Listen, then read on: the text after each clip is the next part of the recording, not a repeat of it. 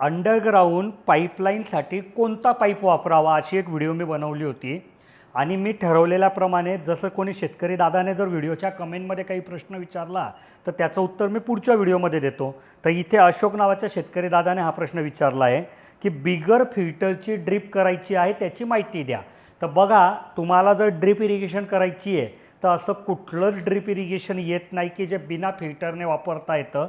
कारण ड्रीप इरिगेशनमध्ये जे थेंब थेंब पाणी पडतं ना ते ड्रिपरमुळे पडतं आणि ड्रिपरमध्ये जर घाण अटकली तर ते पाणी पडणं बंद होतं. त्याच्यामुळे तुमची ठिबक सामान्य भाषेत तुम्ही म्हणतात ब्लॉक झाली, चोकअप झाली, तर मग ते वेगळा विषय होतो. ठीक आहे.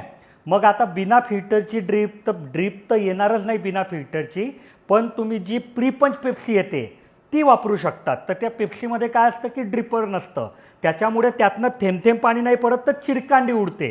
आणि ही जी पेप्सी आहे ही 4-5 हजारात 1 एकराचा खर्च येतो. त्यात पण जे महत्त्वाचे पैसे असतात ते फक्त पाईपाचे असतात.